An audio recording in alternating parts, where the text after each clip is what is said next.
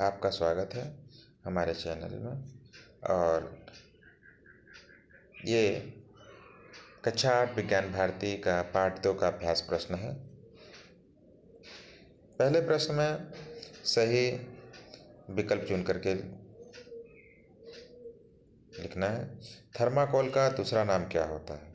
तो थर्माकोल का दूसरा नाम स्टाइरोन होता है, इसलिए ये विकल्प सही है, तीसरा वाला स्टाइरोन।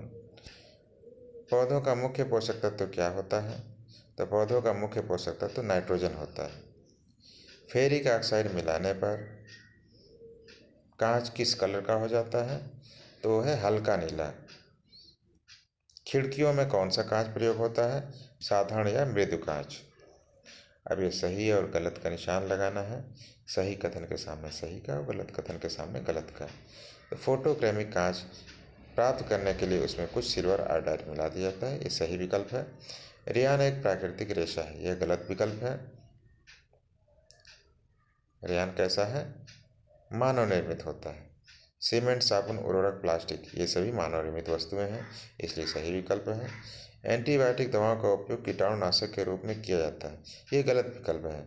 एंटीबायोटिक दवाएं जो होती हैं शरीर में जीवाणुओं का विकास रोकने और रोग से उन्मूलन के लिए किया जाता है।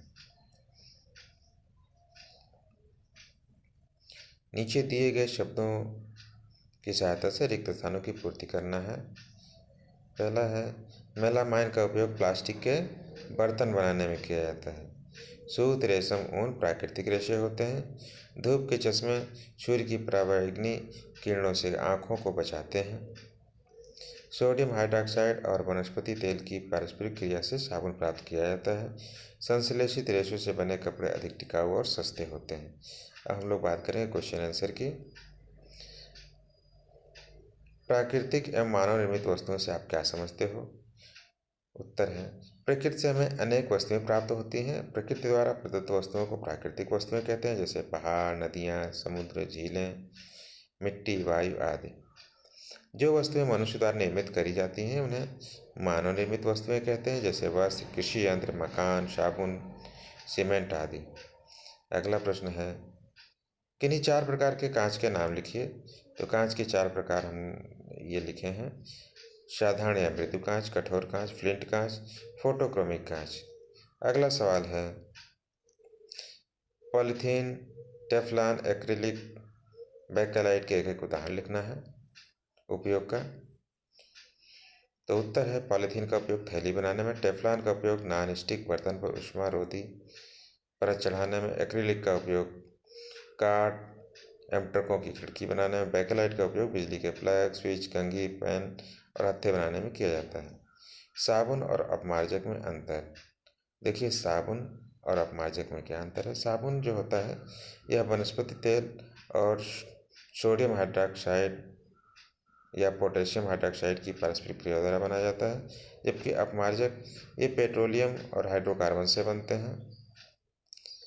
साबुन कठोर जल के साथ सख्त पदार्थ बनाता है, इस प्रकार न तो झाग बनती है न ही सफाई होती है, जबकि जो अपमार्जक है यह कठोर जल के साथ आसानी से झाग बनाता है, इस प्रकार कपड़े सुगमता से साफ हो जाते हैं। अगला है मृतिका क्या है? तो उच्च ताप पर पके हुए मिट्टी के बर्तन को ही मृतिका कहते हैं। संश्लेषित रेशे क्या होते हैं? मानव निर्मित रेशे जैसे Ryan, nylon, terylene, Dacron, terylene आदि प्राकृतिक रेशों के स्थान पर प्रयोग होते हैं, ये संश्लेषित रेशे कहलाते हैं। इनका उपयोग प्राकृतिक रेशों जैसे ऊन तथा रेशम के स्थान पर होता है। संश्लेषित रेशे प्रायः ऊन, रेशम की भांति दिखने वाले बनाए जाते हैं। चलिए अगला है मिलान करने वाला। तो मनुष्य अथवा मशीनों द्वारा तैयार की गई वस्तुएं क्या कहलाती हैं? मानव निर्मित वस्तुएं कहलाती हैं। मकान बनाने में ईंट, सीमेंट, सरिया आदि का उपयोग होता है। सीमेंट के नए प्लास्टर पर पानी का छिड़काव आवश्यक होता है। कृषि उत्पादन बढ़ाने के लिए उर्वरकों का उपयोग किया जाता है। रेयान रेशों रेयान रेशा, ये क्या है? कृत्रिम रेशा कहलाता है। यहाँ पे कुछ मिसप्रिंट हुआ है। अब प्रश्न उत्तर है।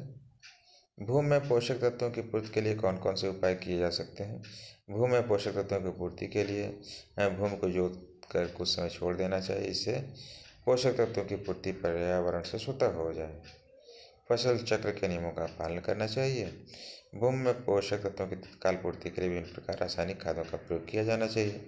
और भी हैं, जैसे हम लोग हरी घास का खेतों में लगा सकते हैं और जैविक खादों का भी प्रयोग कर सकते हैं।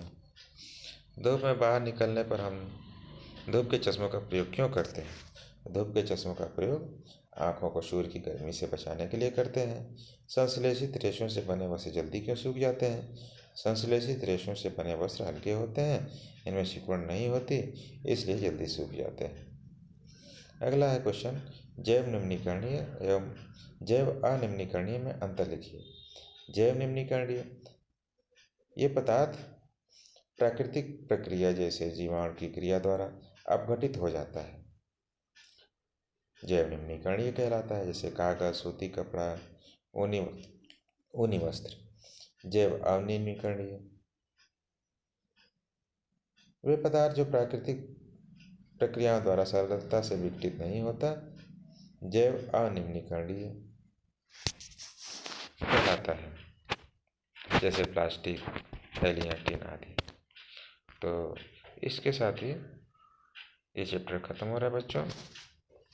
धन्यवाद।